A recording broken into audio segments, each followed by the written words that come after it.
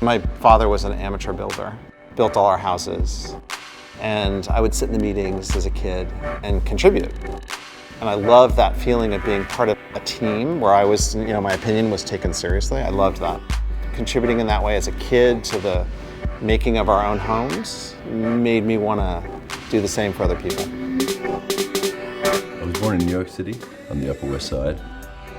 We always look for context. Context in architecture, context in history. So the context for Vandewater is in the history of the land and, very importantly, the history of Columbia University.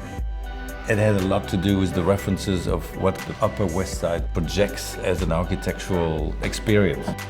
You have ivy growing on the walls, you have this beautiful brick work on the facades, you have the cathedrals that have this neo-gothic influence. So did we reproduce that exactly? Absolutely not. Ended up being a modern reinterpretation of all this.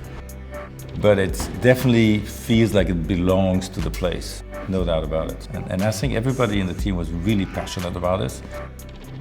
So I was born and raised in Colorado, and what I'm interested by is providing the calm, the quiet, the ability to unwind in nature that I had growing up. It's rare to find such a walkable part of the city. A lot of the materials used have been locally sourced, so bringing that upstate character into the garden gives it a nice contextual feel of the Morningside Heights area.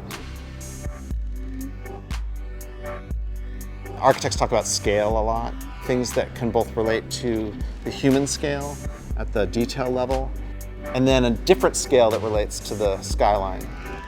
And as we look at Vandewater, what we hope to do is balance both this kind of domestic feel, a residential feel, with this relatively monumental and heroic structure. We're in the business of making home.